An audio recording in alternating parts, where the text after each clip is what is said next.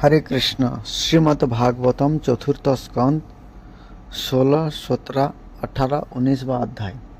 बंदी जन द्वारा महाराज पृथु की स्तुति। मैत्र जी कहते हैं, महाराज पृथु ने जब इस प्रकार कहा तब उनके वचनामृत का आस्वादन करके सूत आदि गायक लोग बड़े प्रसन्न हुए। फिर ये मुनियों के प्रेरणा से उनकी इस प्रकार स्तुति करने लगे। आप साक्षात देव प्रवर श्री नारायण ही है, जो अपनी माया से अवतीर्ण हुए हैं। हम आपकी महिमा का वर्णन करने में समर्थ नहीं है।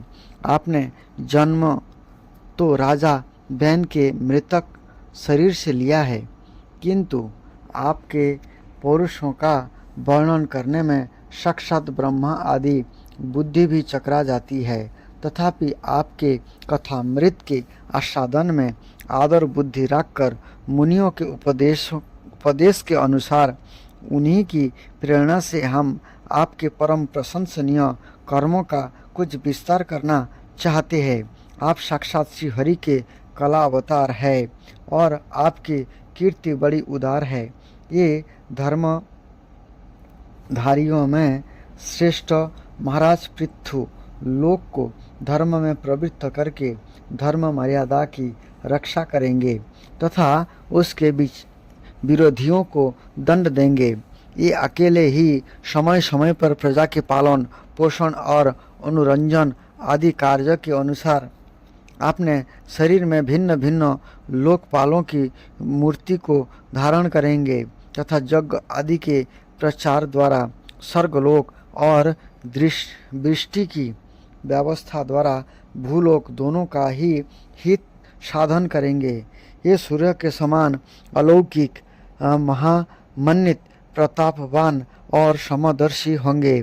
जिस प्रकार सूर्य देवता 8 महीने तपते रहकर जल सींचते हैं और वर्षा ऋतु में उसे उड़ेल देते हैं, इसी प्रकार ये कर आदि के द्वारा सभी कभी धन संचय करेंगे और कभी उसका प्रजा के हित के लिए व्यय कर डालेंगे। ये बड़े दयालु होंगे। यदि कभी कोई दीन पुरुष उनके मस्तक पर पैर भी रख देगा तो भी ये पृथ्वी के समान उसके इस अनुचित व्यवहार को सदा सहन करेंगे। कभी वर्षा ना होगी और प्रजा के प्राण संकट में पड़ जाएंगे तो ये राजवेशधारी श्री हरि इंद्र की भांति जल वर्षा कर अन्यास ही उसकी रक्षा कर लेंगे। ये अपने अमृतमय मुख चंद्र की मनोहर मुस्कान और प्रेम भरी चितवन से संपूर्ण लोकों को आनंद मग्न कर देंगे। इनकी गति को कोई समझ ना सकेगा। उनके कार्य भी गुप्त होंगे तथा उन्हें संपन्न करने का ढंग भी बहुत गंभीर होगा। इनका धन सदा सुरक्षित रहेगा। ये अनंत महात्मा और गुणों के एकमात्र आश्रय होंगे। इस प्रकार मनुष्य पृथु साक्षात वरुण के ही समान होंगे। महाराज पृथु बैन रूप अरणी के मंथन से प्रकट हुए अग्नि के समान है। शत्रुओं के लिए ये अत्यंत दुर्धर्ष और दुस्सह होंगे। ये अनेक अमीप बहुत अत्यंत दुर्धर्ष और दुस्सह होंगे। ये उनके समीप रहने पर भी सेनादि से सुरक्षित रहने के कारण बहुत दूर रहने वाले सी होंगे। शत्रु कभी इन्हें हरा ना सकेंगे। जिस प्रकार प्राणियों के भीतर रहने वाले प्राण रूप सूत्र आत्मा शरीर के भीतर बाहर के समस्त व्यापारों को देखते रहने पर भी उदासीन रहता है, उसी प्रकार ये गुप्तचरों के द्वारा प्राणियों के गुप्त और प्रकट सभी प्रकार के व्यापार देखते हुए भी अपनी निंदा और स्तुति आदि के प्रति उदासीन बत रहेंगे। ये धर्म मार्ग में स्थित रहकर अपने शत्रु के पुत्र को भी दंडनीय न होने पर कोई दंड न देंगे और दंडनीय होने पर तो अपने पुत्रों की भी दंड देंगे। भगवान सूर्य मानसोत्तर पर्वत तक जितने प्रदेशों को अपनी किरण से प्रकाशित करते हैं, इस संपूर्ण क्षेत्र में इनका निष्कंटक राज्य रहेगा। ये अपने कार्यों से सब लोगों को सुख पहुंचाएंगे, उनका रंजन करेंगे। इससे उन मनोरंजनात्मक व्यापार के कारण प्रजा इन्हें राजा कहेंगी।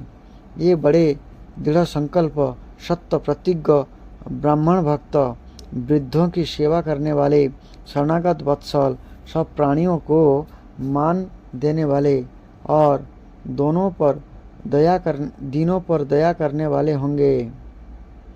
ये पर स्त्री में माता के समान भक्ति रखेंगे, पत्नी को अपने आधे अंगों के समान मानेंगे, प्रजा पर पिता के समान प्रेम रखेंगे और ब्रह्मवादियों के सेवक होंगे। दूसरे प्राणी इन्हें उतना ही चाहेंगे जितना अपने शरीर को। ये सुहृदों के आनंद को बढ़ाएंगे। ये सर्वदा वैराग्यवान पुरुषों से विशेष प्रेम करेंगे और दुष्टों को दंडपाणी जमराज के समान सदा दंड देने के लिए उद्धत रहेंगे। तीनों गुणों के अधिष्ठाता और निर्विकार साक्षात श्री नारायण ने ही इनके रूप में अपने अंश से अवतार लिया है। जिनके पंडित लोग अविद्यावश प्रतीत होने वाले इस नाना तत्वों को मिथ्या ही समझते हैं, ये अद्वितीय वीर और एक छत्र सम्राट होकर अकेले ही उदयाचल पर्यंत समस्त भूमंडल की रक्षा करेंगे तथा अपने जयशील रथ पर चढ़कर धनुष हाथ में लिए सूर्य के समान सर्वत्र प्रदक्षिणा करेंगे। उस समय जहाँ तहाँ सभी लोकपाल और पृथ्वीपाल इन्हें भेंट समर्पण करेंगे। उनकी स्त्रियां इनका गुणगान करेंगी। इन आदि राजा को साक्षात श्री हरि ही समझेंगी। ये प्रजापालक राजाधिराज होकर प्रजा के जीवन निर्वाह के लिए गोरु पधारिणी पृथ्वी का दोहन करेंगे और इंद्र के समान अपने धनुष के कोने से बातों में पर्वतों को तोड़ फोड़ कर पृथ्वी को समतल कर देंगे। रणभूमि में कोई भी इनका वेग नहीं सह सकेगा। जिस समय ये जंगल में पूंछ उठाकर विचरते हुए सिंह के समान अपने अजगब धनुष का टंकार करते हुए भूमंडल में विचरेंगे, उस समय सभी दुष्ट जन इधर उधर छुप जाएंगे। ये सरस्वती के उद्गम स्थान पर 100 अश्वमेध यज्ञ करेंगे। तब अंतिम यज्ञानुष्ठान के समय इंद्र इनके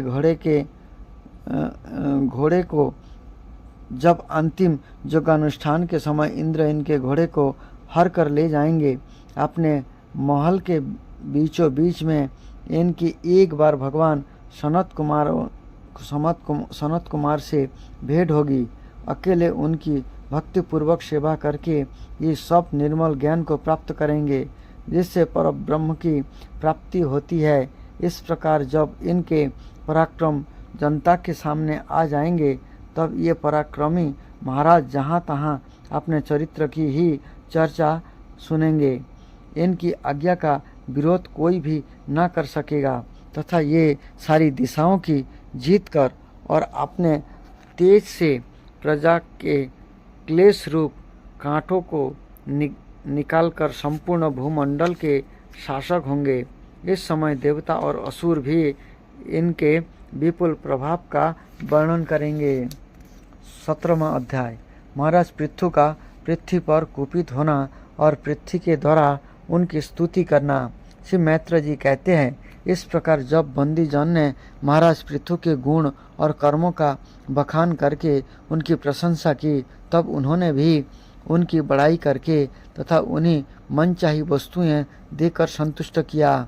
उन्होंने ब्राह्मण आदि चारों वर्ण, सेवकों, मंत्रियों, पुरोहितों, पुरवासियों, देशवासियों, भिन्न भिन्न व्यवसायियों तथा अन्यान्य अज्ञानों वर्तियों का भी सत्कार किया। विदुर जी ने पूछा, ब्राह्मण, पृथ्वी तो अनेक रूप धारण कर सकती है, उसने गौ का रूप ही क्यों धारण किया? और जब महाराज पृथु ने उसे दोहा तब बछड़ा कौन बना और दोहने का पात्र क्या हुआ? पृथ्वी देवी तो पहले स्वभाव से ही ऊंची नीची थी, उसे उन्होंने समतल किस प्रकार किया? और इंद्र उनके यज्ञ संबंधी घोड़े को क्यों हर ले गए? ब्रह्म ज्ञानियों में श्रेष्ठ भगवान सनत कुमार जी से ज्ञान और विज्ञान प्राप्त करके ये राजर्षि किस गति को प्राप्त हुए? पृथु रूप से सर्वेश्वर भगवान श्री कृष्ण ने ही अवतार ग्रहण किया था। अतः पुण्य कीर्ति श्रीहरि के उस पृथु अवतार से संबंध रखने वाले जो और भी पवित्र चरित्र हो, ये सभी आप मुझसे कहिए। मैं आपका और श्री कृष्णचंद्र का बड़ा अनुरक्त भक्त हूँ। श्री सूत जी कहते हैं, जब विदुर जी ने भगवान वासुदेव की कथा कहने के लिए इस प्रकार प्रेरणा की, तब श्री मैत्र जी प्रसन्न चित्त से उनकी प्रशंसा करते हुए कहने लगे। श्री मैत्र जी ने कहा, विदुर जी, ब्राह्मणों ने महाराज पृथु का राज्याभिषेक करके उन्हें प्रजा का रक्षक उद्घोषित किया। इन दिनों पृथ्वी अन्नहीन हो गई थी, इसलिए भूख के कारण प्रजाजनों के शरीर सूख कर कांटे हो गए थे। उन्होंने अपने स्वामी पृथु के पास आकर कहा, राजन, जिस प्रकार कोटर में सुलगती हुई आग से पेड़ जल जाते हैं, इसी प्रकार हम पेट की भीषण ज्वाला से जले जा रहे हैं। आप शरणागतों की रक्षा करने वाले हैं और हमारे अन्नदाता प्रभु बनाए गए हैं, इसलिए हम आपकी शरण में आए हैं। आप समस्त लोगों की रक्षा करने वाले हैं, आप ही हमारे जीविका के भी स्वामी हैं। अतः राजेश्वर, आप हम क्षुधा पीड़ितों को शीघ्र ही अन्न देने का प्रबंध कीजिए। ऐसा ना हो कि अन्न मिलने से पहले ही हमारा अंत हो जाए। श्री मैत्र जी कहते हैं, कुरुवर, प्रजा का करुण क्रंदन सुनकर महाराज पृथु बहुत देर तक विचार करते रहे। अंत में इन्हें अन्य भाव का कारण मालूम हो गया। पृथ्वी ने स्वयं ही अन्न एवं औषधादि को अपने भीतर छिपा लिया है। अपनी बुद्धि से इस बात का निश्चय करके उन्होंने अपना धनुष उठाया और त्रिपुर विनाशक भगवान शंकर के समान अत्यंत क्रोधित होकर पृथ्वी को लक्ष्य बनाकर बाण चढ़ाया। इन्हें शस्त्र उठाए देखकर पृथ्वी कांप उठी और जिस प्रकार वैद के छिपा होने पर हरिणी भागती है, इसी प्रकार यह डरकर गौ का रूप धारण करके भागने लगी। यह देखकर महाराज पृथु की आंखें क्रोध से लाल हो गए। ये जहाँ जहाँ पृथ्वी गई वहाँ वहाँ धनुष पर बाण चढ़ाए उसके पीछे लगे रहे। दिशा विदिशा, स्वर्ग, पृथ्वी और अंतरिक्ष में जहाँ जहाँ भी वह दौड़कर जाती, वहीं उसे महाराज पृथु हथियार उठाए अपने पीछे दिखाई देते।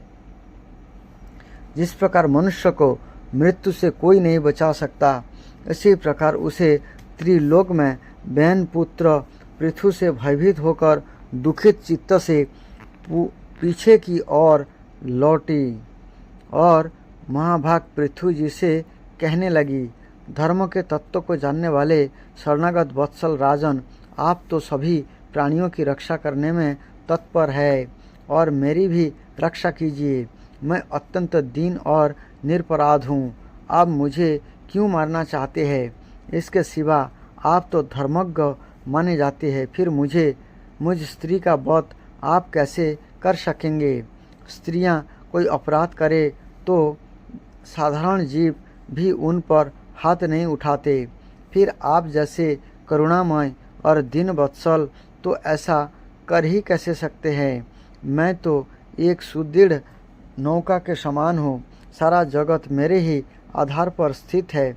मुझे तोड़कर आप अपने को और अपनी प्रजा को जल के ऊपर कैसे रखेंगे। महाराज पृथु ने कहा, पृथ्वी, तू मेरी आज्ञा का उल्लंघन करने वाली है। तू यज्ञ में देवता रूप से भाग तो लेती है, किंतु उसके बदले में हमें अन्न नहीं देती। इसलिए आज मैं तुझे मार डालूंगा। तू जो प्रतिदिन हरी भरी घास खा जाती है और अपने थन का दूध नहीं देती, ऐसी दुष्टता करने पर तुझे दंड देना अनुचित नहीं कहा जा सकता। तू नासमझ है। तूने पूर्व काल में ब्रह्मा जी के उत्पन्न किए हुए अन्न आदि के बीज को अपने में लीन कर लिया है और आप मेरी भी परवाह ना करके उन्हें अपने गर्भ से निकालती नहीं। मैं अपने बाणों से तुझे छिन्न भिन्न कर तेरे मैदे से इन क्षुधातुर और दीन प्रजाजनों का करुण क्रंदन शांत करूँगा। जो दुष्ट अपना ही पोषण करने वाला तथा अन्य प्राणियों के प्रति निर्दय हो, वह पुरुष, स्त्री अथवा नपुंसक कोई भी हो, इसका मारना राजाओं के लिए न मारने के ही समान है, न मारने के ही समान है। तू बड़ी गर्वीली और मदोन्मत्ता है। इस समय माया से ही यह गौ का रूप बनाए हुए है। मैं बाणों से तेरे टुकड़े टुकड़े करके अपने जोग बल से प्रजा को धारण करूँगा। उस समय महाराज पृथु काल की भांति क्रोधमयी मूर्ति धारण किए हुए थे। उनके ये शब्द सुनकर धरती कांपने लगी और उसने अत्यंत विनीत भाव से हाथ जोड़कर कहा। पृथ्वी ने कहा, आप साक्षात परम पुरुष है तथा अपनी माया से अनेक प्रकार के शरीर धारण कर गुणमय जान पड़ते हैं। वास्तव में आत्मानुभव के द्वारा आप अधिभूत अध्यात्म और अधिदेव संबंधी अभिमान और उससे उत्पन्न हुए राग द्वेष से सर्वथा रहित है। मैं आपको बारंबार नमस्कार करती हूँ। आप संपूर्ण जगत के विधाता है। आपने ही यह त्रिगुणात्मक सृष्टि रची है और मुझे समस्त जीवों का आश्रय बनाया है। आप सर्वथा स्वतंत्र है। प्रभु, जब आप ही अस्त्र शस्त्र लेकर मुझे मारने को तैयार हो गए, तब मैं और किसकी शरण में जाऊं? कल्प के आरंभ में आपने आश्रित रहने वाली अनिर्वचनीय माया से ही इस चराचर जगत की रचना की थी और इस माया के ही द्वारा आप इसका पालन करने के लिए तैयार हुए हैं। आप धर्मपरायण है, फिर भी मुझ गो रूप धारिणी को किस प्रकार मारना चाहते हैं?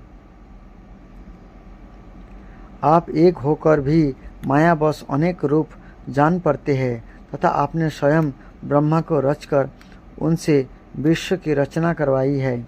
आप साक्षात सर्वेश्वर है। आपकी लीलाओं को अजितेंद्रिय लोग कैसे जान सकते हैं? उनकी बुद्धि तो आपकी दुर्जय माया से विक्षिप्त हो रहे हैं। आप भी पंचभूत इंद्रियों, उनके अधिष्ठात्री देवता, बुद्धि और अहंकार रूप अपनी शक्तियों के द्वारा क्रमशः जगत की उत्पत्ति, स्थिति और संहार करते हैं। भिन्न भिन्न कार्यों के लिए समय समय पर आपकी शक्तियों का आविर्भाव तिरोभाव हुआ करता है। आप साक्षात परम पुरुष और जगद्दिधाता है। आपको मेरा नमस्कार है।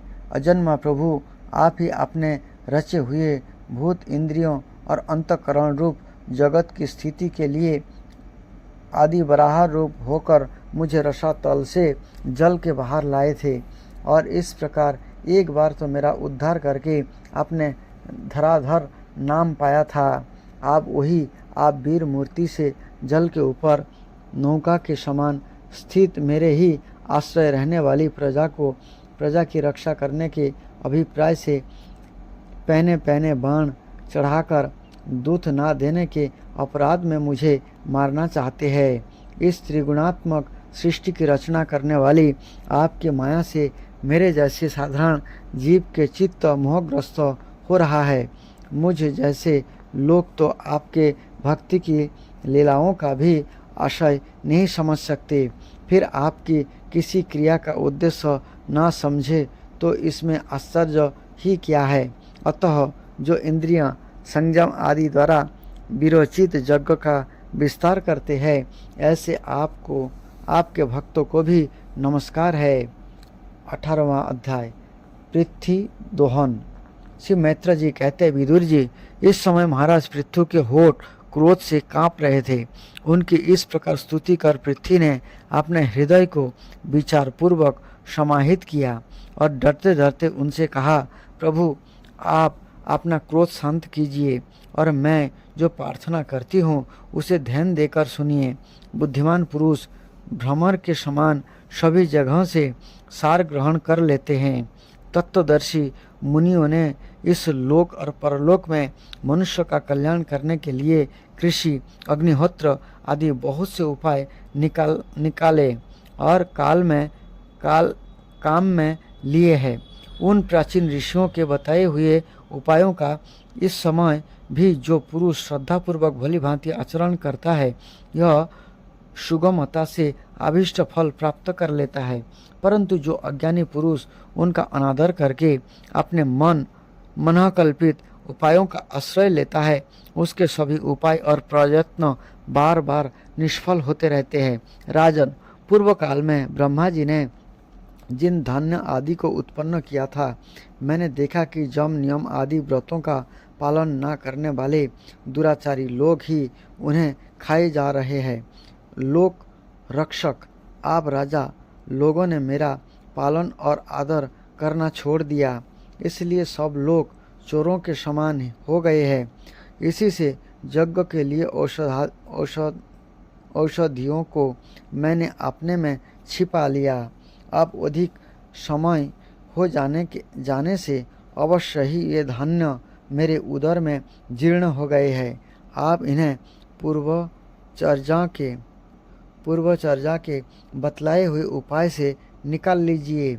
लोकपालक वीर, यदि आपको समस्त प्राणियों के अभिष्ट एवं बल की वृद्धि करने वाले अग्नि की आवश्यकता है, तो आप मेरे योग्य बछड़ा, दोहन पात्र और दोहने वालों की व्यवस्था कीजिए। मैं उस बछड़े के स्नेह से पिन्हाकर दूध के रूप में आपको सभी अभिष्ट वस्तुएं दे दूंगी। राजन, एक बात और, मैं आपको मुझे समतल करना होगा, जिससे कि वर्षा ऋतु बीत जाने पर भी मेरे ऊपर इंद्र का बरसाया हुआ जल सर्वत्र बना रहे, मेरे भीतर की आर्द्रता सूखने ना पावे। यह आपके लिए बहुत मंगलकारक होगा।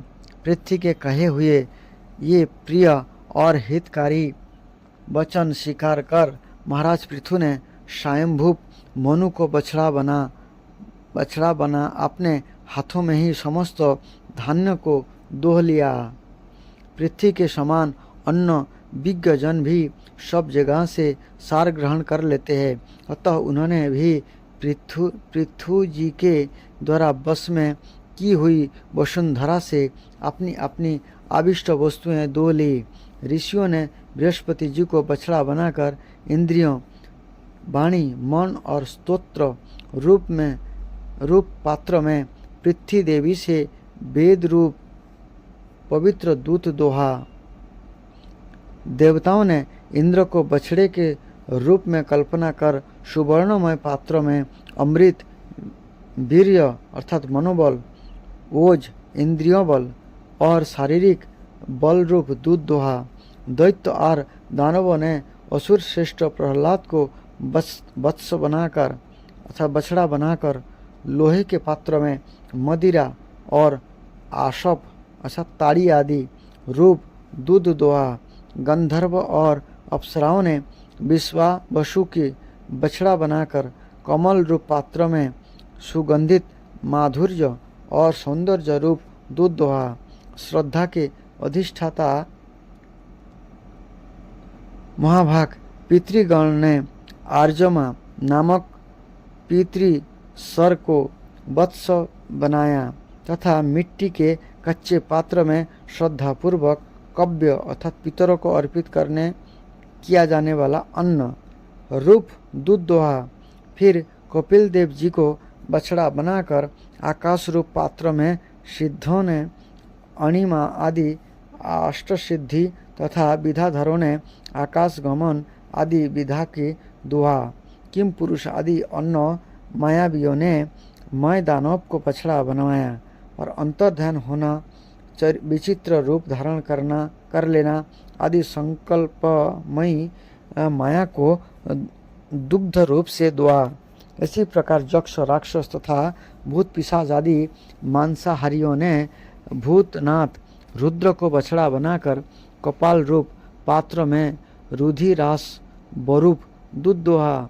बिना फन वाले सांप नाग और बिच्छू आदि विषैले जंतुओं ने तक्षनाग को बछड़ा बनाकर मुख रूप पात्र में 20 रूप दूध दोया। पशुओं ने भगवान रुद्र के वाहन बैल को वत्स बनाकर वन रूप पात्र में तीर्ण रूप दूध दोहा। बड़ी बड़ी दाढ़ों वाले मांसभक्षी जीवों ने सिंह रूप बछड़े के द्वारा अपने शरीर रूप पात्र में कच्चा मांस रूप दूध दोहा तथा गरुड़ जी को वत्स बनाकर पक्षियों ने कीट पतंग आदि चौर और फल आदि अचर पदार्थों को दुग्ध रूप से दोहा। वृक्ष ने बट को वत्स बनाकर अनेक प्रकार का रस रूप दूध दोहा और पर्वतों ने हिमालय रूप बछड़े के द्वारा अपने शिखर रूप पात्रों में अनेक प्रकार की धातुओं को दोहा। पृथ्वी तो सभी अभीष्ट वस्तुओं को देने वाली है और इस समय वह पृथ्वी जी के अधीन थी, तो उससे सभी ने अपना अपना जाति के मुख्यों का बछड़ा बनाकर अलग अलग पात्र में भिन्न भिन्न प्रकार के पदार्थों को दूध के रूप में दो लिया। कुरुश्रेष्ठ विदुर जी, इस प्रकार पृथु आदि सभी अन्नभोजियों ने भिन्न भिन्न दोहन पात्र और वत्सों के द्वारा अपने अपने विभिन्न अन्न रूप दूध पृथ्वी से दोहे। इससे महाराज पृथु ऐसे प्रसन्न हुए कि सर्व काम दुहा पृथ्वी के प्रति उनका पुत्र के समान स्नेह हो गया और उसे दोहने अपनी कन्या के रूप में स्वीकार कर लिया। फिर राजा धीराज पृथु ने अपने धनुष की नोक से पर्वतों को फोड़कर इसे सारे भूमंडल को प्रातः समतल कर दिया।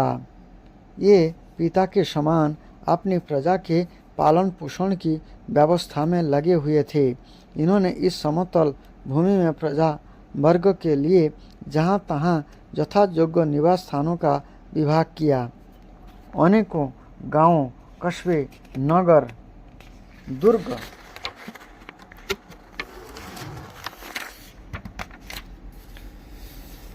अहीरों की बस्ती, पशुओं के रहने स्थान, छावनियाँ, खाने, किसानों के गांवों और पहाड़ों की तलहटी के गांवों बसाए। महाराज पृथु से पहले इस पृथ्वी तल पर पुरग्राम आदि का विभाग नहीं था। वह सब लोग अपने अपने सुविधि के अनुसार बेखट के जहाँ तहाँ बस जाते थे। 19वां अध्याय। महाराज पृथु के 100 अश्वमेध यज्ञ। श्री मैत्र जी कहते हैं, विदुर जी, महाराज मनु के ब्रह्मावर्त क्षेत्र में जहाँ सरस्वती नदी पूर्वमुखी होकर बहती है, राजा पृथु 100 अश्वमेध यज्ञ की दीक्षा ली। यह देखकर भगवान इंद्र को विचार हुआ कि इस प्रकार तो पृथु के कर्म मेरे कर्म की अपेक्षा भी बढ़ जाएंगे, इसलिए ये उनके यज्ञ महोत्सव को सहन न कर सके। महाराज पृथु के यज्ञ में सबके अंतरात्मा सर्वलोक पूज्य जगदीश्वर भगवान हरि ने यज्ञेश्वर रूप से साक्षात दर्शन दिया था। उनके साथ ब्रह्मा, रुद्र तथा अपने अपने अनुचरों के सहित लोकपालगण भी पधारे थे। उस समय गंधर्व, मुनि और अप्सराएं प्रभु की कीर्ति गा रहे थे। सिद्ध, विद्याधर, दैत्य, दानव, यक्ष, सुनंद, नंद आदि भगवान के प्रमुख पार्षद और जो सर्वदा भगवान की सेवा के लिए उत्सुक रहते हैं, ये कपिल, नारद, दत्तात्रेय एवं शौनक आदि जोगेश्वर भी उनके साथ आए थे। भारत, उस यज्ञ में यज्ञ सामग्रियों को देने वाली भूमि ने कामधेनु रूप होकर जजमान की सारी कामनाओं को पूर्ण किया था। नदियाँ, दाख और ईख आदि सब प्रकार के रसों को वहाँ लाती थी तथा जिनसे मधु चूता रहता था। ऐसे बड़े बड़े वृक्ष दूध, दही, अन्न और घृत आदि तरह तरह की सामग्रियाँ समर्पण करते थे।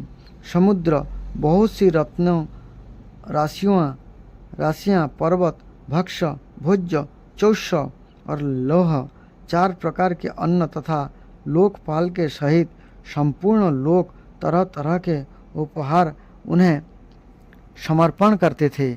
महाराज पृथु तो एकमात्र श्री हरि को ही अपना प्रभु मानते थे। उनकी कृपा से इस महायज्ञ अनुष्ठान में उनका बड़ा उत्कर्ष हुआ, किंतु यह बात देवराज इंद्र को सहन न हुई और उन्होंने उसमें विघ्न डालने की भी चेष्टा की। जिस समय महाराज पृथु अंतिम यज्ञ द्वारा भगवान यज्ञपति की आराधना कर रहे थे, इंद्र ने ईर्षावश गुप्त रूप से उनके यज्ञ का घोड़ा हर लिया।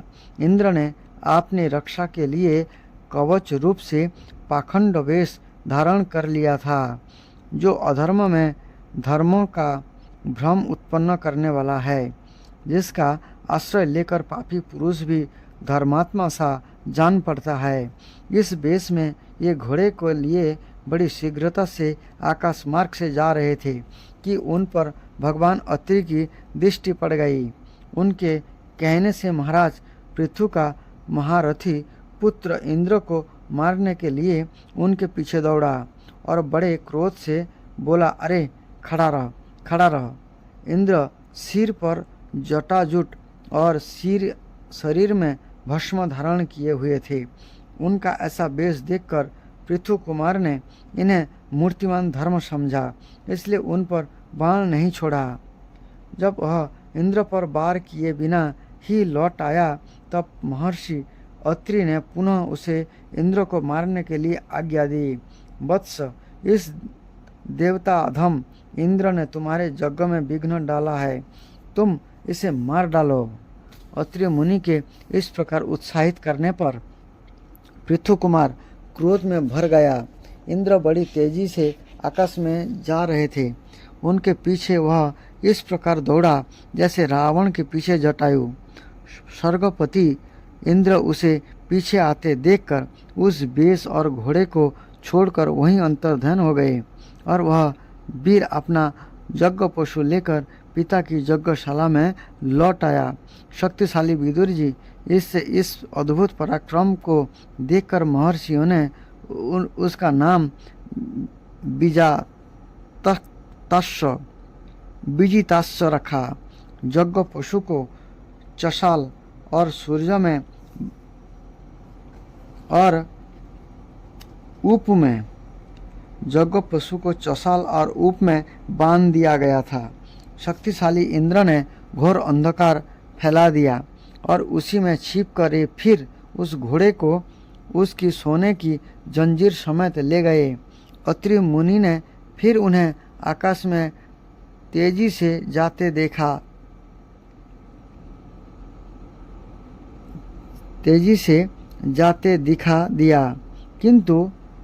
दिखाई दिया। उनके पास कपाल और खटवांग देखकर पृथु पुत्र ने उनके मार्ग में कोई बाधा न डाली।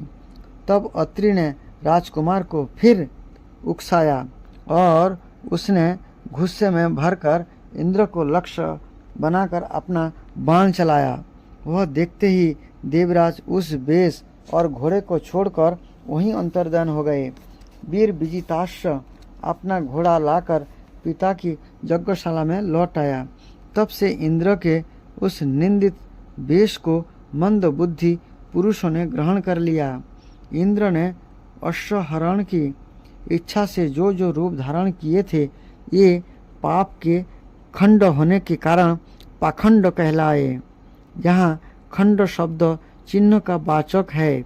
इस प्रकार पृथु के यज्ञ का विध्वंस करने के लिए यज्ञ पशु को चुराते समय इंद्र ने जिन्हें कई बार ग्रहण करके त्यागा था, उन नग्न, रक्तांबर तथा कपालिक आदि पाखंडपूर्ण आचरण में मनुष्य की बुद्धि प्राय मोहित हो जाती है।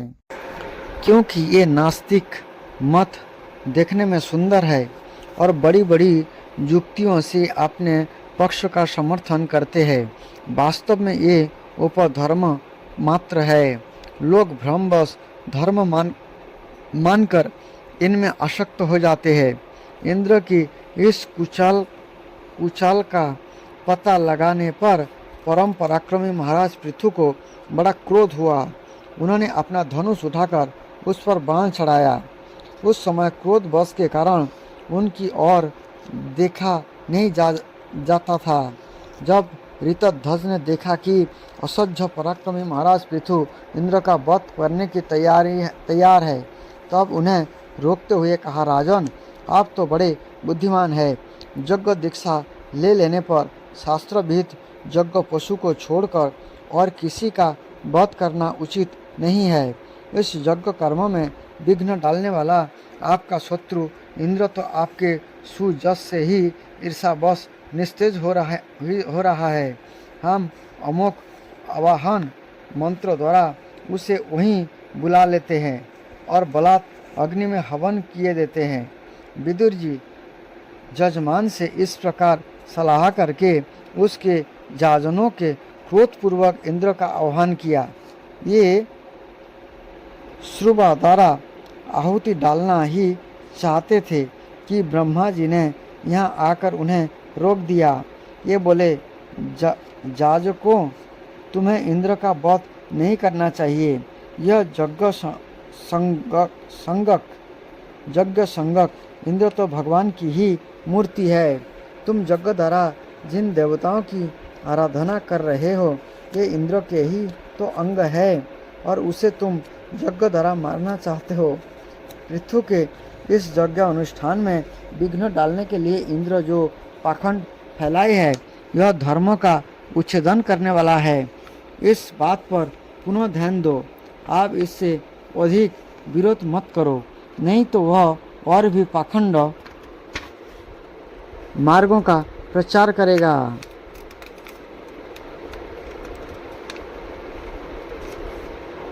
अच्छा, परम यशस्वी महाराज पृथु ने 99वें ही यज्ञ रहने दो। फिर राजर्षि पृथु से कहा, राजन, आप तो मोक्ष धर्म के जानने वाले हैं, अतः आपको इन यज्ञ अनुष्ठान की आवश्यकता नहीं है। आपका मंगल हो। आप और इंद्र दोनों ही पवित्र कीर्ति भगवान श्रीहरि के शरीर है, इसलिए आपने ही स्वरूपभूत इंद्र के प्रति आपको क्रोध नहीं करना चाहिए। आपका यह यज्ञ निर्विघ्न समाप्त नहीं हुआ, इसके लिए आप चिंता ना करें। हमारी बात आप आदरपूर्वक स्वीकार कीजिए। देखिए, जो मनुष्य विधाता के बिगाड़े हुए काम को बनाने का विचार करता है, उसका मन अत्यंत क्रोध में भरकर भयंकर मोह में फंस जाता है। बस इस यज्ञ को बंद कीजिए। इसी के कारण इंद्र के चलाए हुए पाखंड से धर्म का नाश हो रहा है, क्योंकि देवताओं में बड़ा दुराग्रह होता है। जरा देखिए तो, जो इंद्र घोड़े को चुराकर आपके यज्ञ में विघ्न डाल रहा था, उसी के रचे हुए इन मनोहर पाखंडी की और सारी जनता खींचती चली जा रही है। आप साक्षात विष्णु के अंश है। बैन के दुराचार से धर्म लुप्त हो रहा था।